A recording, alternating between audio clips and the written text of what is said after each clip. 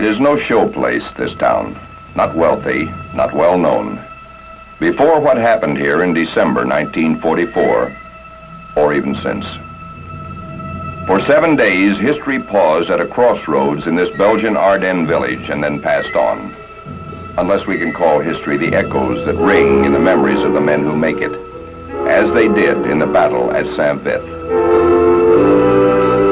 Not much time for sleeping, eating at irregular hours.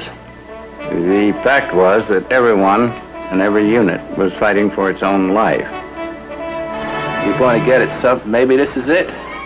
Colonel, C battery is firing at 150 yards. Cold. When you're cold, you stay cold. There's no way of getting warm. We've got no orders to retire. Und es war nicht möglich, etwa Saint Vith meinerseits vom deutschen Angriff hier auszusparen.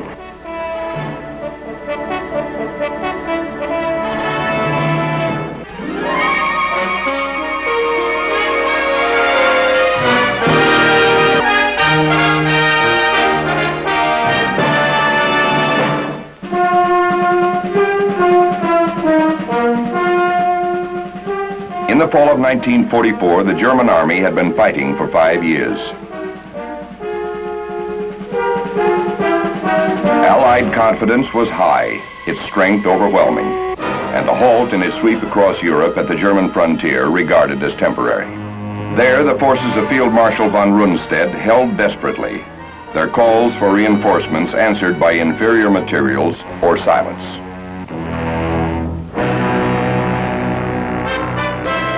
General Siegfried Westphal, von Rundstedt's chief of staff, recalls these days on the Western Front as the most uneasy he had spent, until the day in late October when he learned the reason for the stubborn silence of the Wehrmacht High Command. Hitler received us and informed us that he was planning a large-scale offensive in the West in the near future. We were going to receive 20 infantry divisions and 10 panzer divisions, newly and completely equipped, and the land operations would be supported by at least 3,000 fighters. The target of this operation, which was to be initiated in the area west and south of Cologne, would be the capture of the fort of Antwerp. 3 German armies would launch the massive counteroffensive to split the Allied forces and capture their best port of supply, Antwerp. What would end as the greatest pitched battle ever fought by American troops, the Battle of the Bulge, would burst without warning on a quiet sector on the First Army front. In December 1944, it was held in the north by the 2nd and 99th Divisions, by the veteran exhausted 28th and the 4th Divisions to the south, and by the newly arrived 106th, thinly spread at the center. Conditions were fairly miserable. It was intermittently raining and snowing. We were relieving the 2nd Infantry Division. We, as a brand new, young, inexperienced division, were being moved into their position to take up the defense of that particular sector. We were introduced sort of ironically, as I now recall, because most of the battle-tested veterans of the 2nd Infantry Division kept talking to each one of the units of the 106, talking about what a country club area this was to be.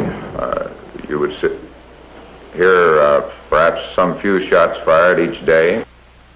I am Thomas J. Riggs, Jr. I was the division engineer of the 106th Infantry Division. I'm Lieutenant Colonel Oliver Patton. In December of 1944, I was a 2nd lieutenant in an infantry company of the 106th Division. The division landed in France and went into the line and straddled the German-Belgian border about the 9th of December, 1944. Looking back on it now, I think probably the division was just about as green as I was, and you couldn't be much greener. I was a 2nd lieutenant just out of Fort Benning. The supervision of all preparations was in the hands of von Rundstedt, Commander-in-Chief West.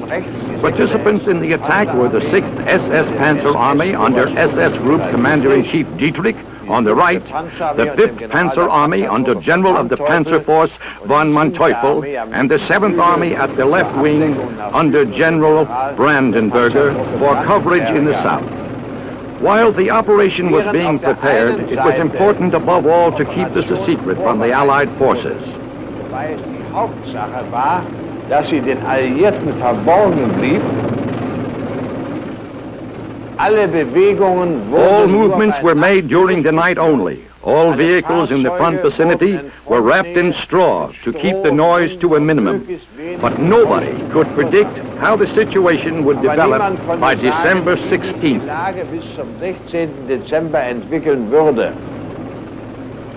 Von Manteuffel, Westphal, von Rudenstedt, Model. From the beginning, Hitler's generals saw no guarantee of success for the counteroffensive. But the Fuhrer was adamant. His plan was irrevocable. Its key elements were surprise, speed, and to prevent Allied air cover, bad weather, as specified in this basic order from the Wehrmacht High Command. The operation will take place only under favorable weather conditions. These will be ordered by the Fuhrer. These sentences induced me to call up headquarters and ironically inquire whether Hitler was now ordering the weather too. Telefonischen Anfrage beim Hauptquartier, ob Hitler nunmehr auch das Wetter befehlen würde. The weather did take sides. It was a harsh, confusing enemy to Combat Command B of the 7th Armored Division under General Bruce C. Clark. But the weather was a close ally of 5th Panzer Army Commander General Hasso von Manteuffel. General, I'm reminded of December 1944 when you and I saw these beautiful green and quiet hills, all covered with haze and mist and turning into rain and mud and snow. And I can't help but think how weather played a very important part in that time, as you knew so well. Yes. Ich darf daran erinnern, dass es ja ein Hauptplan war von Hitler. It had been Hitler's plan to start the offensive only during bad weather. And during the days prior to the attack, the weather actually was bad, so that the German High Command was afraid it might change to clear winter weather and blue skies, in which case your aerial combat forces might have stopped the attack in its very early stage. In fact, the weather on December 16 was just as you described it now. Visibility was bad. The advanced artillery observers, for instance, would have not been able to make out individual targets on the hills. Man konnte nicht sehr weit sehen. Die vorgeschobenen Beobachter der Artillerie hätten beispielsweise nicht oben einzelne Ziele auf den Höhen erkennen können. But over there, as you will agree, the riflemen had shields of fire. The tanks were also able to recognize their targets at a distance of 2,000 meters. I therefore started the attack very early, at 5 a.m., as you know, to take advantage of the darkness and the bad weather, which would enable us to advance far into these hills you can see here, typical Ardennes terrain, by noon. Auf diese Höhen, die wir hier auch sehen, alle, das ist ja typisch für die Ardennen, dass wir da schon angelangt sein konnten.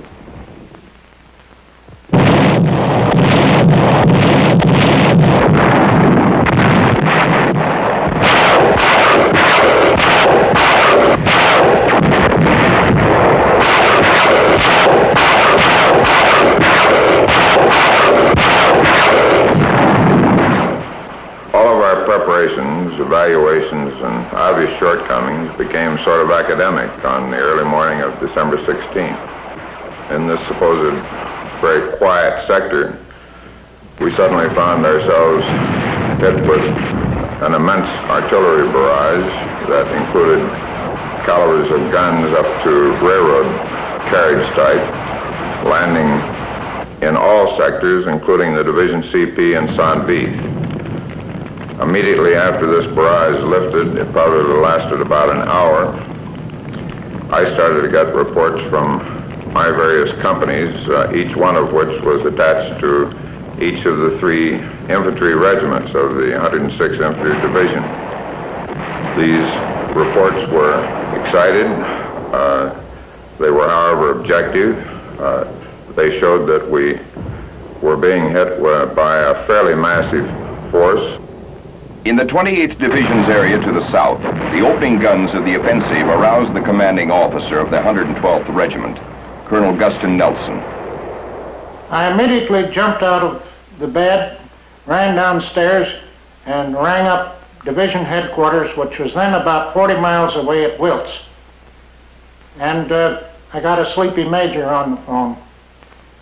I asked him what was going on in the honeymoon sector, and he said he didn't know.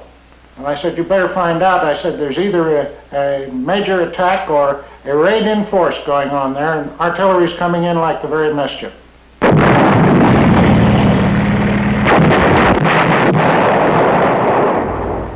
Even though we in the Division CP thought we understood that this was a massive attack, we encountered great difficulty in getting acceptance of this information, or felt we did anyway, through our Corps and Army to our rear.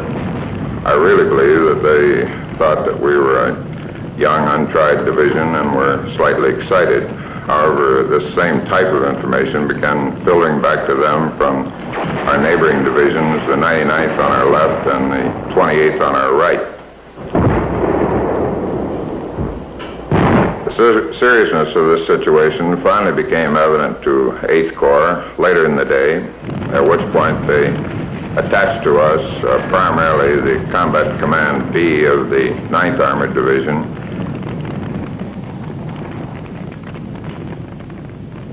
Combat Command B of the 9th Armored Division was led by General William Hogue, who was preparing an attack in the north that morning when his new assignment reached him.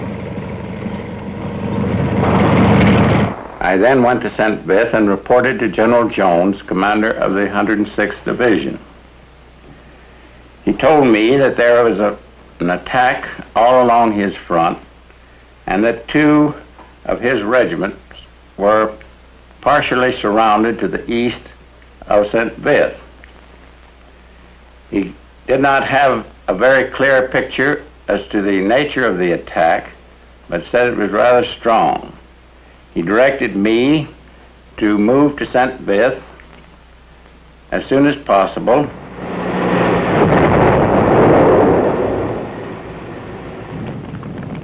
Later that same day, we were also informed by 1st Army behind 8th Corps, to which we were attached, that the 7th Armored Division would attack through Saint Vith to our east, and that we were to hold these routes, which were quite vital and a strategic road net in that area, free for this attack. This promised attack, or counterattack, by the 7th Armored Division through our position is very critical because it influenced all of the division's decisions from there on out. Since the 7th Armored Division was to counterattack through Colonel Riggs' position to the east, General Hogue was instructed to attack to the southeast when his armor arrived. There, another regiment of the 106th was cut off. But the 7th Armored Division was headquartered some 60 miles away to the north in Holland. And there was little urgency in the cry for help that finally reached his commander, General Robert Hasbrouck.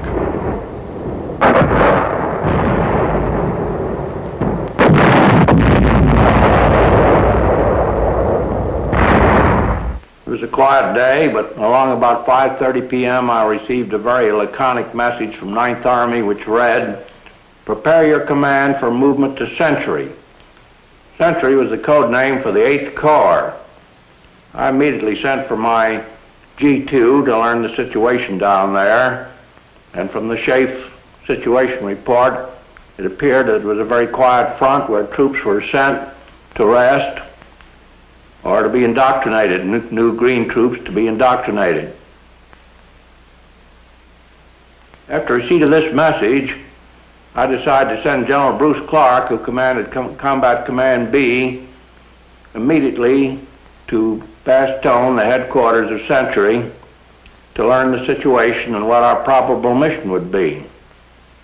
I arrived in Bastogne about 2 o'clock in the morning of the 17th of December, reported to General Middleton, was told what he knew about the situation, which I was impressed was not too much. And I was told that after I had had some sleep, I would go the next morning to Saint Vith and report to General Jones and move my command there and give him some help.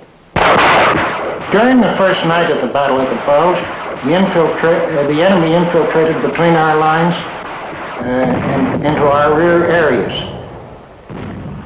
We didn't see very many Germans. Of course, now we know that they were moving in on both sides of us, that we had been almost cut off. Since the Schnee Eifel is practically covered with trees, the terrain is extremely obscure. The young soldier hears fire from the right, from the left, behind him, and in front of him. Some people advance, others go back. There was quite some confusion, which facilitated our advance through the Schnee Eifel toward Schönberg.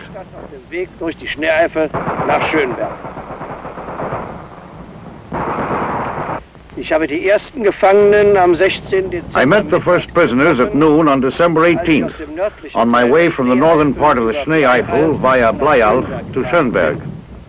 I must say they seemed rather confused. The questioning of young people confirmed that this was a division which apparently had been newly assembled, or at least contained a great number of men with no war experience. Oder zumindest mit einer großen Anzahl von kriegsunerfahrenen Leuten hier in Stellung war. Zwar war die Operation planmäßig angelaufen. The operation had been initiated according to schedule. The 7th Army, attacking from the Eifel front, gained a considerable amount of terrain. The 5th Panzer Army, advancing north of the 7th Army, had also gained some ground, especially since they had apparently managed to surprise the Americans along the entire front. Anscheinend auf der ganzen Front gelungen war. On the morning of the 17th, word reached Saint Vith of a German penetration coming from the east toward Colonel Riggs' position. The division commander asked me to ordered me, as a matter of fact, to set up a defense line astride the Schoenberg-Saint Vith road, to hold that road for the promised counterattack of the 7th Armored, and as an escape route for our 2 infantry regiments to the front. The armor that might have relieved Colonel Riggs, General Hogue's combat command, had passed through Saint Vith at dawn, heading southeast, on its mission to attack Winterspelt. The 7th Armored Division had left Holland before dawn, but its destination was Bastogne. There, General Hasbrouck arrived well ahead of his columns, only to learn that the trouble was somewhere else. I proceeded from Bastogne to Saint Vith and joined General Clark, who had arrived there some time previously, and we found the situation rather desperate to the east of Saint Vith. Smoke and noise coming from the woods about 2 miles east of Saint Vith indicated German tanks were there, and the only American troops between these Germans and the town of Saint Vith was a company of the 168th Engineers of the 106th Division. Well, I arrived at Saint Vith at 10:30 in the morning, and General Jones needed help. Yes. Then the problem was to get my command that was marching behind me turned off at Wielsam to come to Saint Vith. Well, my greatest problem on the 17th of December was confusion and traffic on the road. Oh. Your initial success on the 16th of December had started a lot of vehicles like supply vehicles, extra headquarters vehicles, and service vehicles going to the rear. Oh, yes. Oh, yes. This became so severe at the road junction to the west of Saint Vith that I had to go out and play military policeman and direct the traffic to get it flowing to the front. And I'm sure that you had the same problem, because there's only one road from Prim towards Saint Vith through the Ardennes. Genau die gleiche Situation, General. Ich war am 17. Nachmittag. Exactly the same situation, General. On the afternoon of the 17th, I was on my way to Schönberg in a small vehicle, and I had to dismount because it was impossible for me to get ahead on this road.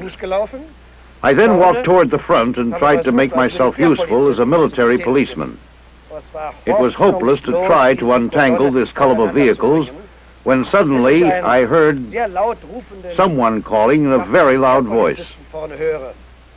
Way up at the front, I thought I saw a military policeman, and I approached him. I saw that it was my superior, Field Marshal Model, who had the same intention as I. So we continued our efforts together and tried to separate the column, but until nightfall on the 17th, a certain confusion and perplexity remained, since we were not able to separate the vehicles.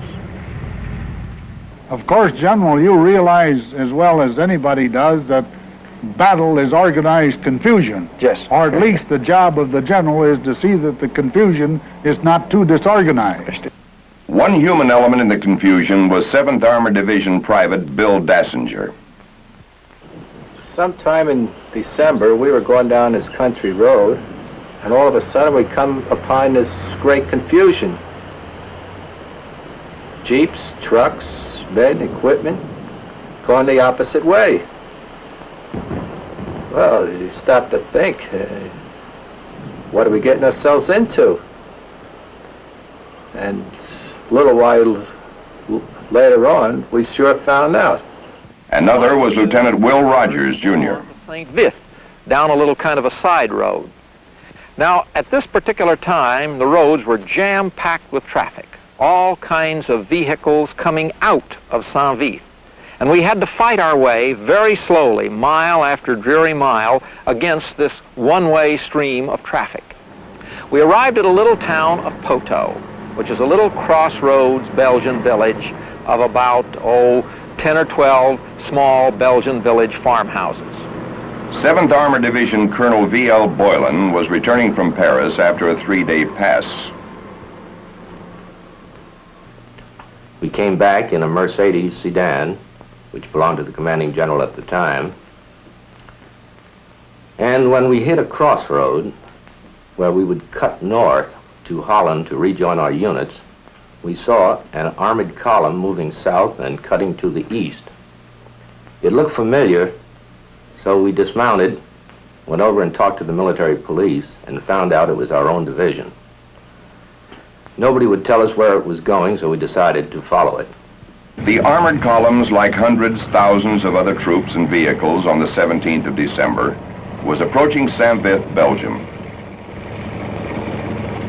Converging from every direction, some came in pain and panic, some in cheerful confusion, some in desperate urgency. From the east, battered remnants of the 106th fought back toward friendly lines. From the south, units of the 28th Division were withdrawing before assaults of a magnitude no one could explain. And from north and west, the 7th Armored Division struggled on. Their arrival awaited with mounting impatience by General Clark in Saint Vith. Why this particular town? Why Saint Vith? Ja, das ist schon erklärlich. Saint Vith ist an und für sich ein sehr kleiner Saint Vith is really a very small place, and then it gained this tremendous significance. When planning the attack on Saint Vith, we knew that it had to be captured at all costs, since it represented a traffic center, a junction of many, some 6-8 roads, which cannot be bypassed. Saint Vith had to be taken because all reserves which tried to attack the northern flank of my army, or the 6th Army in the north, had to come through Saint Vith, just as you did. We were therefore very conscious of the importance of Saint Vith and had planned its capture on the 17th of December. Waren wir uns der Bedeutung von Saint Vith sehr bewusst und hatten in meine Rechnung eingestellt, es am 17th December, Saint Vith zu nehmen. And I proceeded to leave and to join my unit at Saint Vith. Unfortunately, I was unable to join it that night. We were shot off 2 of the roads and returned and left early the next morning. And I saw that we couldn't get on to Saint Vith that night. So we went to sleep in a hayloft over what was apparently a dairy The rest of that night was spent still waiting for the 7th Armored Division and reinforcing our position. General Clark formed a defense east of Saint Vith as fast as the troops arrived. They were fed piecemeal into this defensive line. And I fed them into the point of the horseshoe, which was being held by Colonel Riggs and others to the east of Saint Vith. This went on practically all during the afternoon and night, and all of my troops didn't close into the Saint Vith area until 3 o'clock the next morning. Sunday night, we were fighting desperately to get ourselves in a horseshoe arc position around the town. This area was the nearest to the enemy, the eastern approaches, about 2,000 yards east of the town. American troops under the command of the 7th Armored Division attempting to hold the town away from them. I am Colonel Don Boyer, United States Army, at that time Major 38th Armored Infantry Battalion, 17 December 1944. The first arrivals were the reconnaissance troop of the 7th Armored, which I immediately deployed with their automatic weapons in this skirmish line that we'd established, but placed them on the left side, overlooking the open field of fire, where they could better utilize their automatic weapons. The rest of that day was spent assembling any other support we could find. Included in that support, by the way, were some medium tanks that we were able to secure from the 9th Armored Division. 8 o'clock, Monday morning, 18 December, we were hit with our first attack. The Germans punched a hole in our lines. We counterattacked and restored the lines. 2 tanks knocked out, 1 assault gun destroyed, were the enemy losses in this attack. Between 11:30 and 12:30 on that Monday, the Germans again attacked us. At the end of an hour, our lines still held, but we had started the long roll of losses. The Battle of the Bulge had begun. More than 50 German columns were now attacking through the Ardennes. There were penetrations everywhere. South of Saint Vith, the 28th Division was split. Chaos ruled to the east, where most of the 106th was surrounded. General von Manteuffel's forces were approaching Saint Vith itself from 3 sides. At stake was not simply a town, but the timetable of the Ardennes counteroffensive. And it was already 1 irrecoverable day behind. Next, part 2 of the battle at Saint Vith.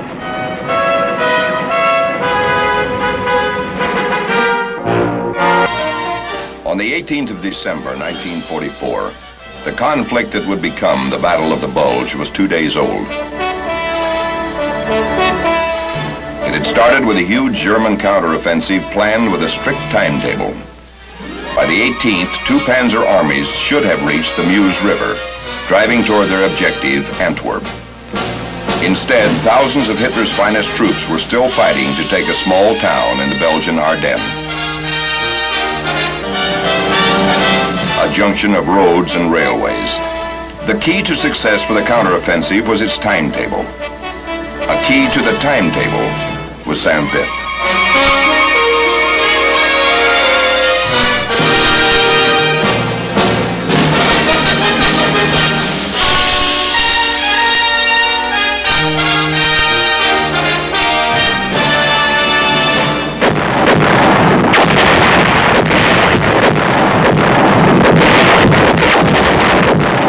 At dawn on the 16th, the massive German assault had achieved its first object, surprise. It had overwhelmed the inexperienced American troops in the forests east of Saint Vith, where some, like Colonel Oliver Patton, then a Green Lieutenant in the 106th Division, were still trying to fight back to friendly lines on the 18th.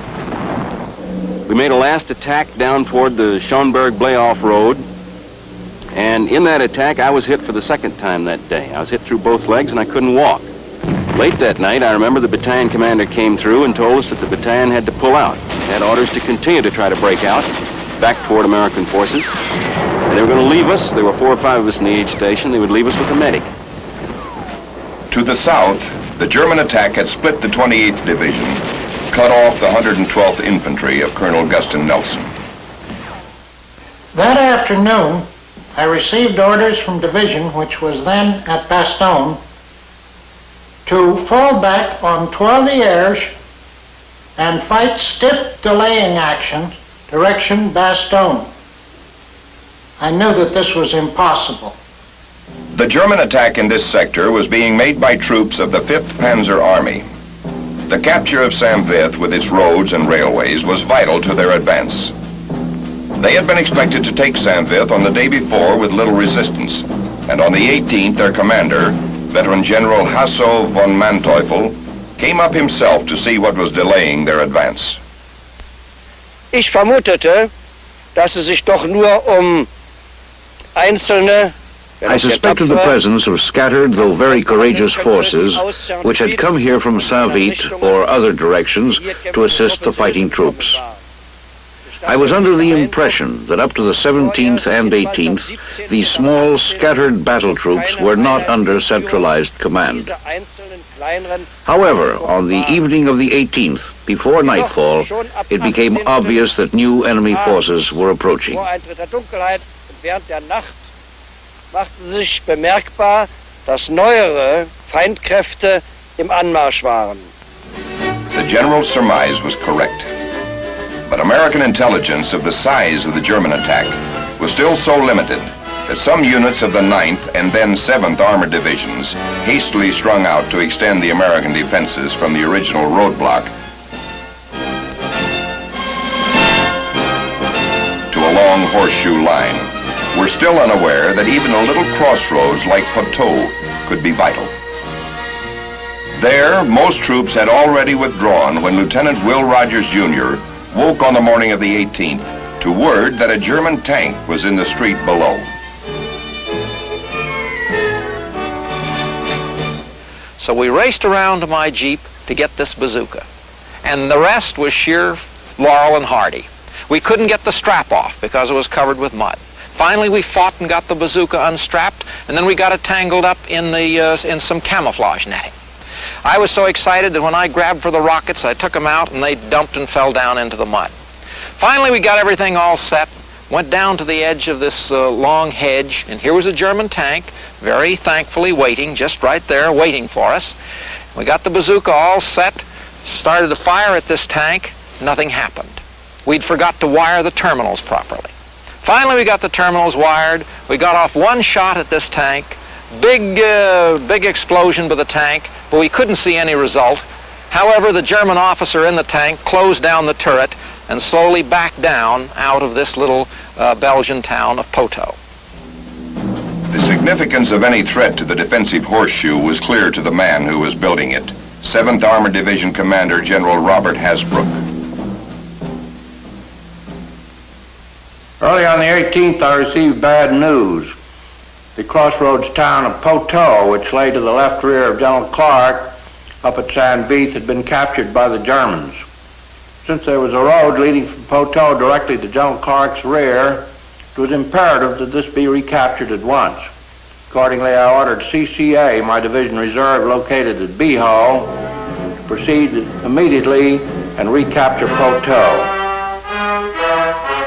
The northern front of Saint Vith's defenses was being held by the 7th Armored Division's Combat Command B under General Bruce C. Clark. It became apparent that a command post in the town of Saint Vith was too far forward. And so in the afternoon I sent my aide back around to the vicinity of Krombach to find a place where we could move into a room where there were tables and chairs, a place for messengers and liaison officers to park, a room that could be blacked out so we could use it at night. The 19th of December was characterized by strong probing attacks by the Germans all around the defensive horseshoe. Most of these attacks were about one company in size and were apparently looking for a soft spot. On the southern front of the horseshoe, Combat Command B of the 9th Armored Division found itself backed up against a deep railroad cut and embankment which could not be crossed. Its commander, General William Hogue, fought side by side with General Clark throughout the rest of the battle. In order that General Clark, who was on my left, would know what I was doing, I conferred with him and told him of the situation and that I intended to withdraw through Saint Vith and take up the new line on his right after dark on the night of the 19th. This very difficult operation was carried out in complete darkness and was very successful. We were most happy that that had occurred some 2 nights later when the attack took place, which drove us out of the forward end of the horseshoe and took Saint Vith.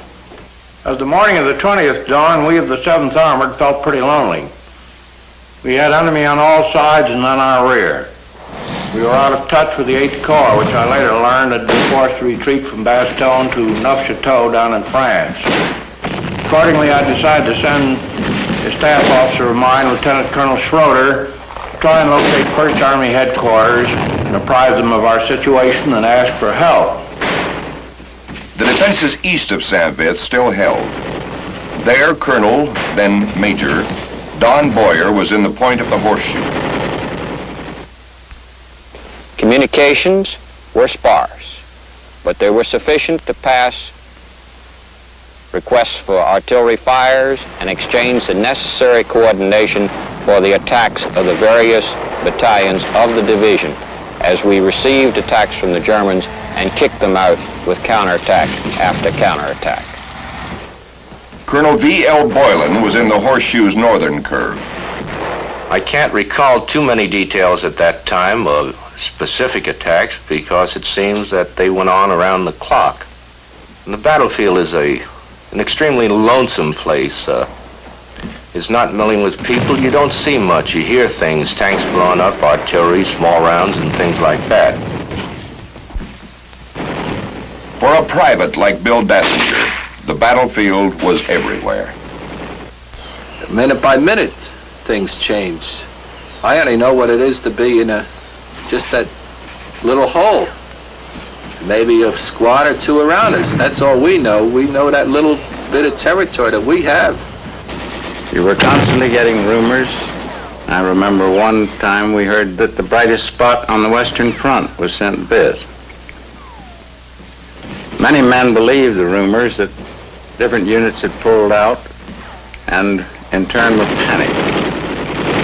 I remember reading one of Jim Thurber's book stories, which is entitled The Day the Dam Broke, and it seemed so apropos to this situation that I asked every member of my staff to read that book and take it to heart. Continued attacks went on during the day on both of the Combat Command Bs, and my G2 towards the end of the day told me that we had prisoners of war in our prisoner of war enclosure who were identified from 5 German divisions. This seemed impossible to me, but later events proved it to be correct. The defensive horseshoe was now a good 25 miles long, reinforced by Colonel Nelson's regiment that had lost touch with its division. But the line was being pounded from a horseshoe into a fortified goose egg. Lieutenant Patton knew why. He was riding wounded on the hood of a jeep, driven by a German officer back toward a German aid station. There were 2 things going on that road that even a lieutenant as green as I was could add up and make sense out of. First thing, of course, was the number of troops moving west along that road, infantry on either side of the road, and the other was the number of vehicles coming down. Tanks, trucks, flak wagons, cars, and they were the biggest tanks I'd ever seen in my life. Every time one of those tanks would go by, I'd look at it, and the lieutenant would lean over and look at me and grin. As I occupied my positions here on the east, on the night of the 20th, 21st, snow flurries in the air, all of us with frostbite, some with frozen fingers and frozen legs, to our front, to our right flank, to our left flank all night long. We heard the noise of trucks and the noise of tanks moving into position.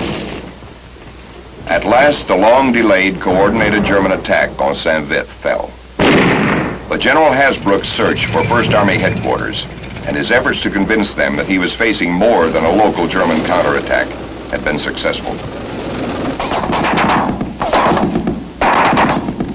On the morning of the 21st, we were overjoyed to find that the 82nd Airborne had arrived in our general vicinity and had made a tenuous contact with us near the Vilsam Bridge.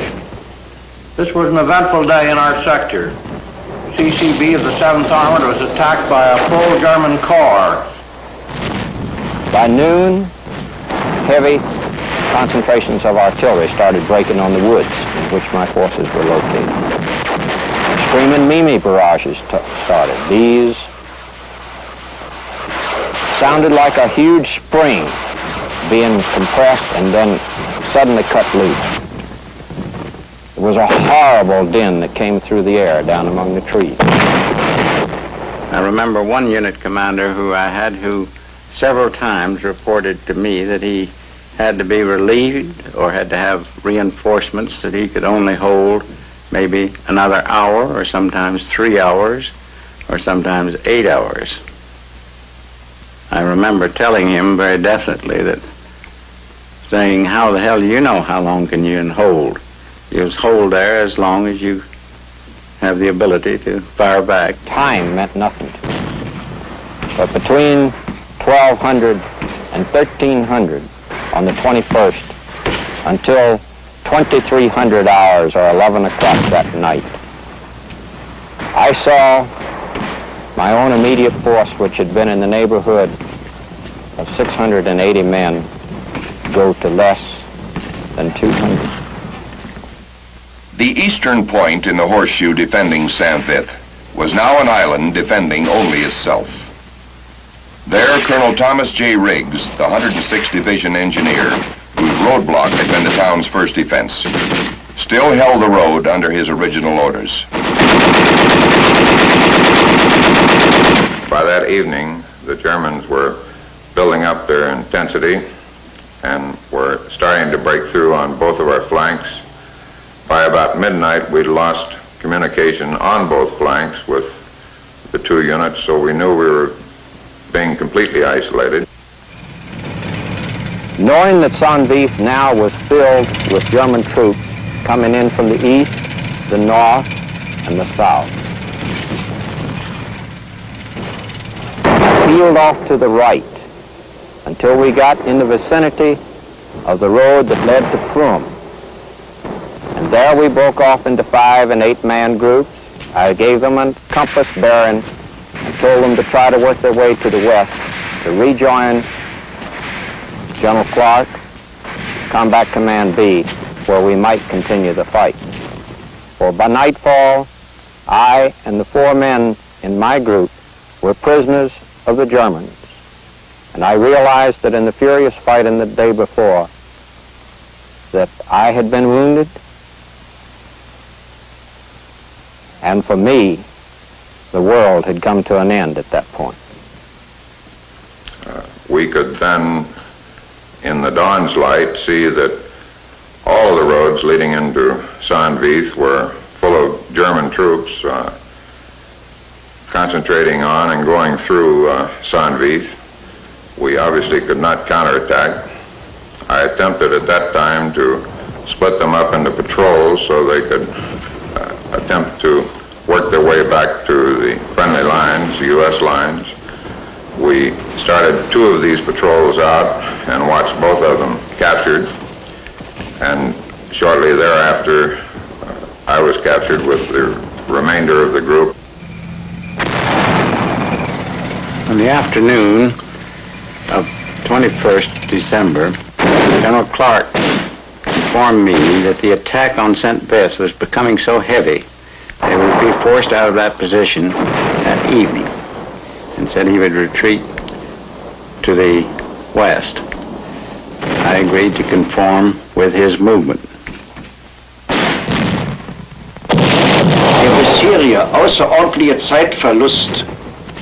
The tremendous delay we had suffered so far in my schedule left its mark on the whole Army, in the Central Corps as well as in the Southern Sector. Deshalb waren meine Anstrengungen bis zum 22. Dezember dahin gerichtet. Until December 22nd, therefore, my efforts were concentrated on the coordination of the attack on Saint Vith. In other words, the cooperation of all arms, the infantry, the storm guns, the artillery, the tanks, in a final attempt to take Saint Vith. Und Sie sehen, wie groß die Schwierigkeiten waren, um diesen Angriff zu koordinieren. Das ist dann erst am 21. und 22. gelungen, sodass wir dann Saint Vith endgültig in Besitz nehmen konnten. Aber der Zeitverlust war groß und daher die Bedeutung ihrer Verteidigung von Saint Vith. As I remember the 22nd of December, I remember it as a day of mud and rain and considerable confusion. As you pressed your attack in the morning of the 22nd against our new defensive line in the Kronbach area, our forces were driven back, and at the same time pressure from the north and the south was applied against our flanks. So as a result, by the night of the 22nd, our force was back pretty much in a semicircle around the town of Komanster. It should be pointed out that when the men were dispersed on the ground, they were like the fingers of a hand. And as they withdrew, as I later pointed out to them, they gained strength by coming back, as the fingers would, in forming a fist. This gave them strength and coordination. Komanster would be the last defense. From there, General Clark immediately sought an escape route to the west, a dirt road through the woods to Vielsalm. And although the Battle of the Bulge would last for another month, its turning point had been reached. The defense of places like Saint Vith had given the Allied armies what they needed, time to rally and regroup. Next morning, the skies were clear. The ground, which had been a sea of slush and mud that would have mired hopelessly the withdrawal of 23,000 men and their thousands of vehicles, was frozen hard.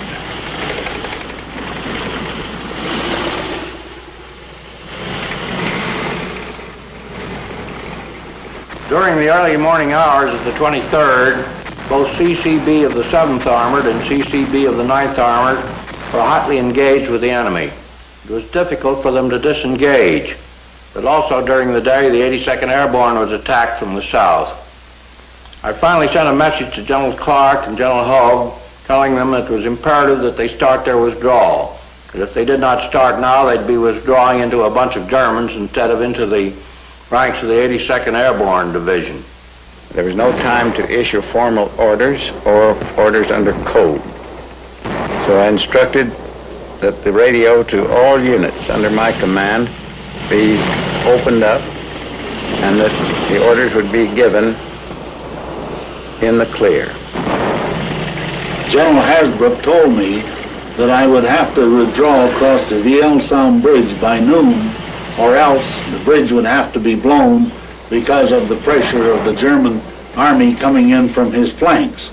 And I directed that the withdrawal would start immediately, and the plan would be that they would withdraw down the dirt wood road on a first-come, first-served basis.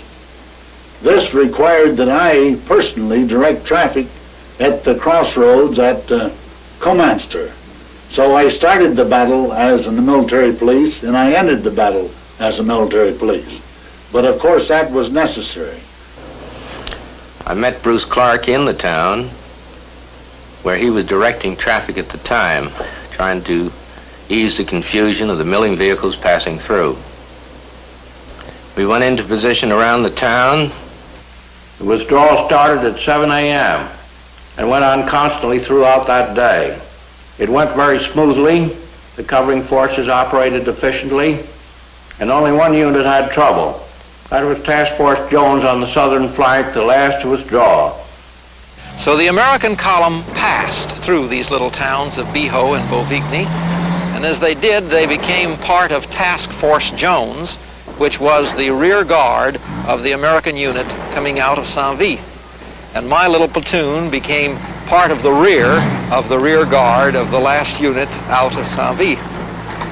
As we fell back onto the road to Chateau, I found it choked with vehicles from a task force of the 7th Armored Division. We attempted to work our way through these vehicles to find out what the trouble was, and we found that there was a burning tank in Chateau and that the Germans had apparently come around behind us with an anti-tank gun. In the meanwhile, someone had discovered a side road up a sort of a side canyon that went up this high mountain beside this Somme River. And just then a beautiful thing happened. A full, bright moon came up over the hills. We went up this side road and then across country, and in one place we had to detail some of the tanks of the 7th Armored Division to pull the wheeled vehicles over a highland swamp. And about 2 o'clock in the morning, we finally wound up behind the 82nd Airborne lines. Mile after mile, and we came out through the snow, this brilliant, beautiful moonlight night, and then we saw another wonderful sight. About every 100 feet or so, we saw a man in a white parka standing there, and that was the 82nd Airborne. And we came out through the 82nd Airborne Division, out of the Battle of the Bulge, out of Saint Vith, and that was Task Force Jones. We were the tail end of the rear guard of the 7th Armored Division. I climbed up the slope in there where I was greeted by General Hasbrouck, drawn, tired, out on his feet, but still the type of a commander standing there with his troops till the very last minute, threw his arms around me and said, "Boylan, thank God you got him out." And toward the end, I figured that I got practically no sleep for the last 72 hours before reporting to General Hasbrouck behind the 82nd Airborne lines. I wished him a Merry Christmas. It was the day before, but I wished him a Merry Christmas. But to us, it was just a big step to get home.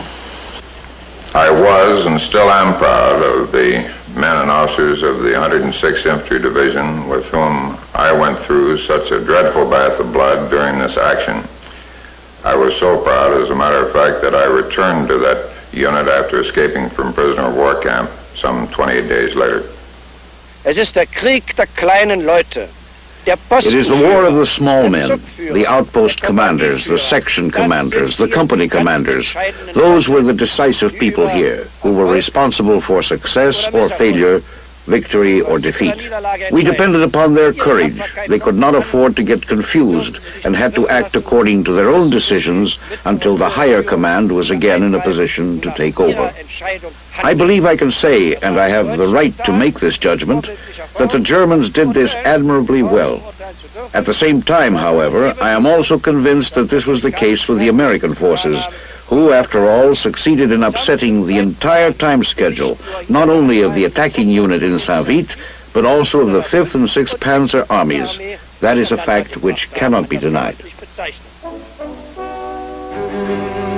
Just 1 month later, in January, you can imagine how we felt the satisfaction of regaining what we had been forced to lose. There was snow on the ground.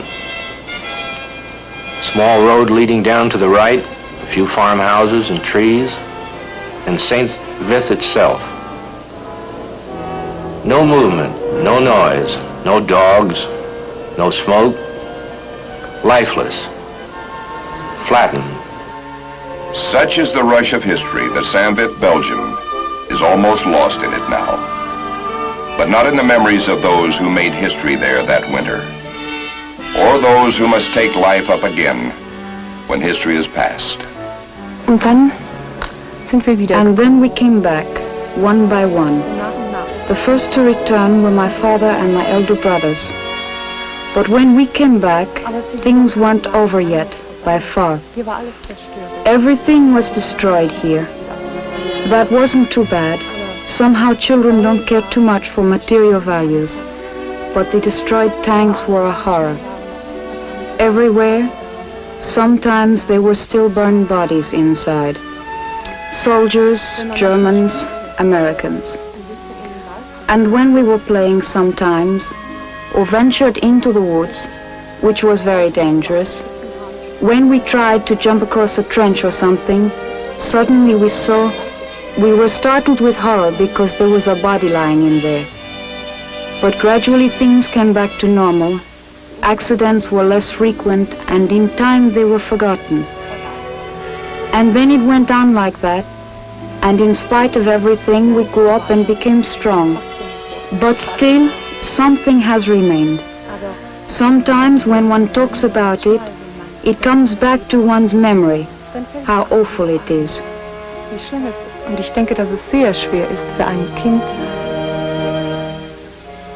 Well, one of the things that's always bothered me most about the Battle of Saint Vith is that a number of heroic actions went unrecognized and unrewarded. Of course, there were a good many Silver Stars and Bronze Stars awarded because I had delegated that authority to my commanders, and they carried them in their pockets and were authorized to put them on the man at the time. But the higher decorations, which many deserved, were not forthcoming because the sworn statements of witnesses were hard to get in the heat of battle. Afterwards, the witnesses were gone in some cases, and in others, the act was forgotten only too soon.